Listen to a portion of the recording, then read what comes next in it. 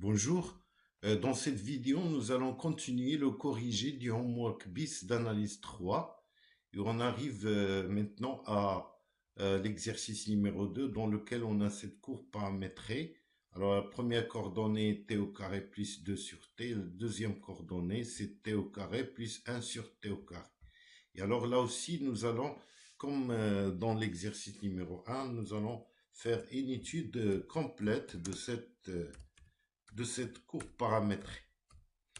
Et bien, donc, dans l'étude d'une courbe paramétrée, donc on commence toujours, comme on l'a fait la dernière fois, par le domaine définition. Domaine définition, on sait que c'est l'intersection du domaine de X avec le domaine de Y.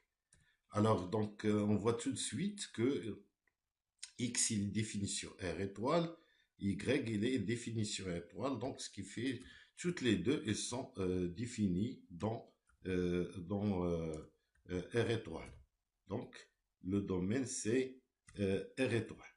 Alors après, on passe aux symétries. Donc ici, on a Y pair, et X ni pair ni impair. Ben, peut-être ici, il y a une symétrie pour X, mais il n'y en a pas pour Y. Donc, ce qui fait il n'y a pas de parité, de symétrie, parce que si on veut donc tenir compte d'une symétrie, on doit l'avoir pour les deux. D'accord? Donc nous, on ne va pas entrer dans ces détails, on dit que voilà, qu'il n'y a pas de réduction du domaine de définition parce que ce n'est ni pair ni impair. Donc aucune parité. D'accord? Donc, la deuxième, il est pair, mais la première, il n'est ni pair, ni pair, ni impair. Donc, il n'y a aucune réduction du domaine.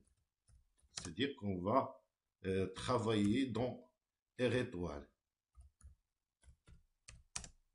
du domaine. Alors maintenant, donc, la troisième étape, ben ça c'est la première étape. La deuxième étape, c'est donc les réductions du domaine. D'accord? On a vu qu'il n'y en a pas. Alors, pour la troisième étape, c'est le calcul des dérivés et donc la détermination de leur signe. Calcul des dérivés de x et de y. Alors, tout d'abord, donc x de prime de t. Donc, je calcule x prime de t pour savoir si il a des donc, si ça s'annule quelque part, s'il change de signe, voilà. Donc, et pour bien sûr savoir si on a des points stationnaires pour cette courbe. Alors, donc, la dérivée, c'est, voilà, donc c'est ça. D'accord? Donc, bon, le programme, il écrit ici x. Et nous, on va donc écrire que c'est x'. Voilà. X' de t égale à ça. Et alors, donc, je simplifie l'expression de x'. Donc, je factorise. Donc, voilà. Alors, en factorisant, voilà, on trouve que c'est égal à ça. C'est-à-dire que x' s'annule au point x' de t s'annule au point t égale à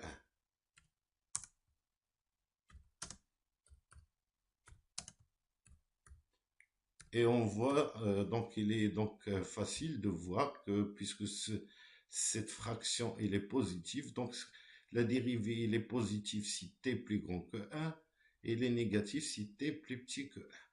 Et alors on passe, on fait la même chose, mais cette fois pour y de t.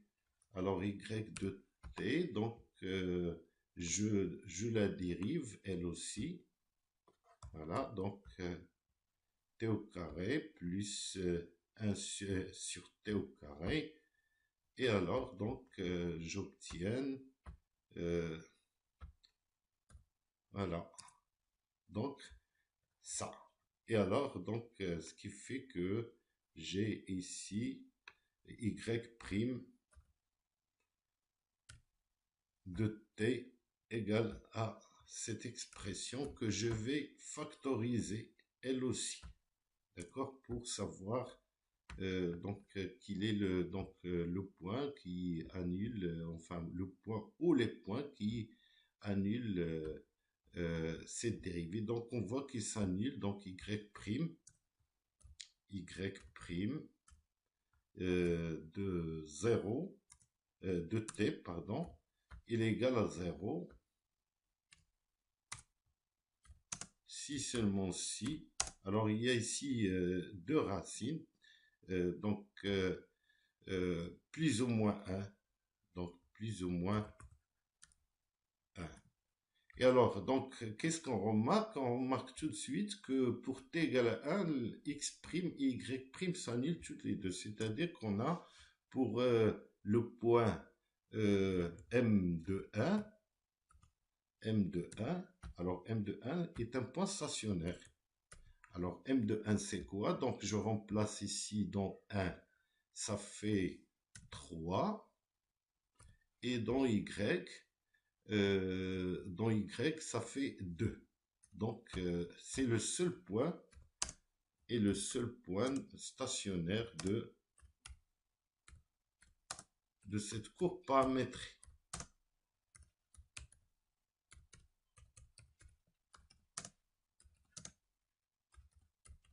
Et alors, donc, pour le sin, donc, on voit que ici, le sin, il est un peu compliqué. Et alors, donc, on va faire un tableau pour déterminer le signe de y'. Donc, bon, avant de le faire, donc, je vais tout d'abord passer au tableau de variation. Donc, pour situer les différents points limites, c'est-à-dire les points aux extrémités. Donc, voilà. Alors, donc, je situe d'abord moins l'infini, moins 1, 1, 0, 1 et plus l'infini. Et après, donc, ici, puisque t n'est pas défini en 0, je mets deux traits. D'accord?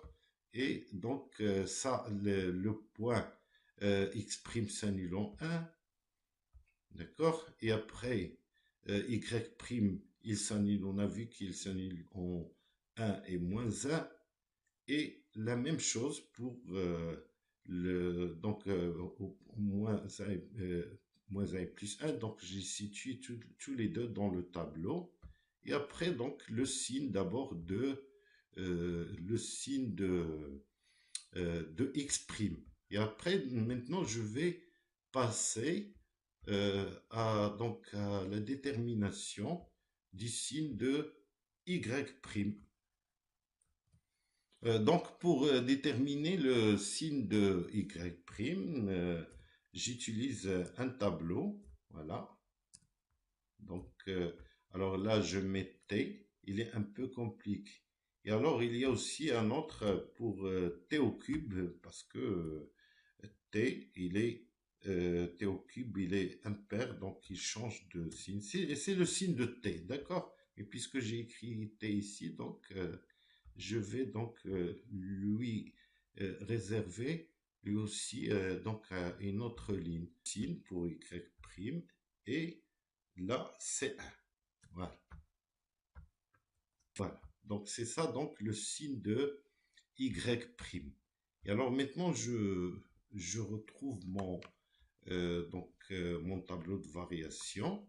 C'est juste. Et alors, donc, je continue le tableau. Donc, je mets les flèches. Les limites, ils ne sont pas du tout difficiles à trouver. Donc, je vais donc les mettre, voilà. Et l'autre, c'est moins l'infini donc à gauche de 0 et plus l'infini à droite de 0, ça c'est les limites de x, et plus l'infini ici. Alors la même chose, on a vu que c'est plus l'infini.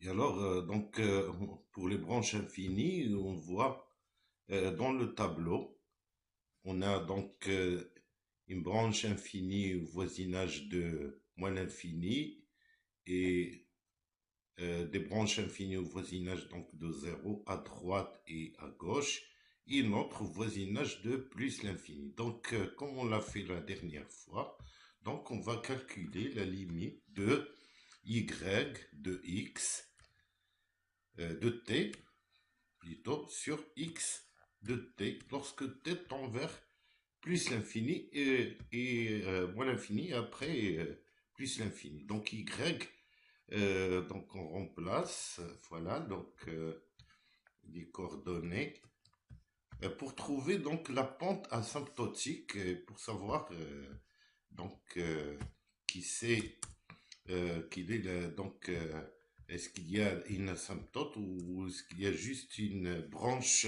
parabolique. Donc limite lorsque t tend vers l'infini de donc y sur x. Et alors, oui, ici c'est contraire, voilà. Donc, x.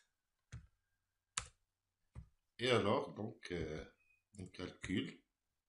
Alors, ça donne, on voit bien que ça va donner 1. Donc, voilà.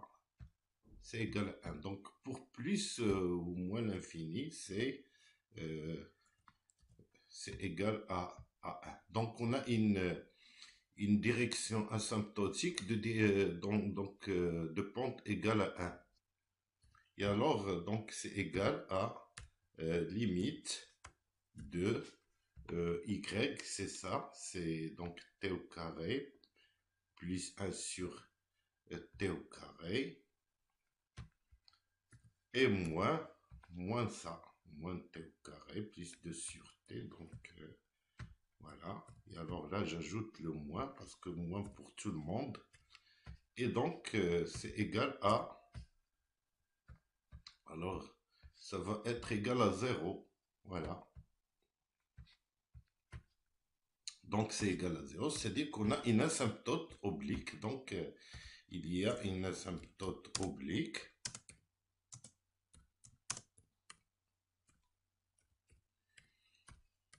Au voisinage de t égale l'infini. Voisinage de t égale à l'infini d'équation. Alors, quelle est l'équation? L'équation, c'est y égale à x, parce que a égale à 1 et b égale à 0. Équation y égale à x. Donc, ça, c'est pour plus l'infini et moins l'infini en même temps. Donc, je vérifie, même pour moins l'infini, ça va donner 0. D'accord? Donc, c'est la même limite pour les deux branches. Voilà. Donc, voilà. C'est-à-dire que les deux sont à la plus l'infini moins l'infini, c'est égal à 0. Une asymptote oblique d'équation y égale à x.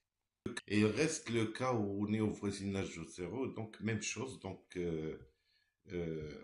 c'est-à-dire limite de limite de y sur x de t, donc au voisinage de 0, d'accord. Donc tout d'abord j'étudie le cas où 0 et le cas où 0 est donc plus, c'est-à-dire à droite de 0, et après j'étudie le cas de la limite lorsque t tend vers 0, la limite de y sur x c'est égal à l'infini, c'est-à-dire que au voisinage de t égale à 0, il n'y a pas d'asymptote, il y a donc au voisinage de 0,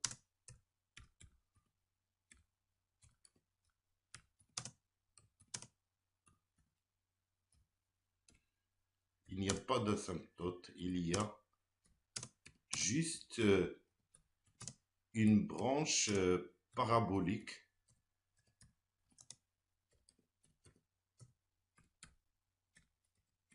dans la direction des ordonnées, dans la direction de l'axe des ordonnées, c'est-à-dire de l'axe OY.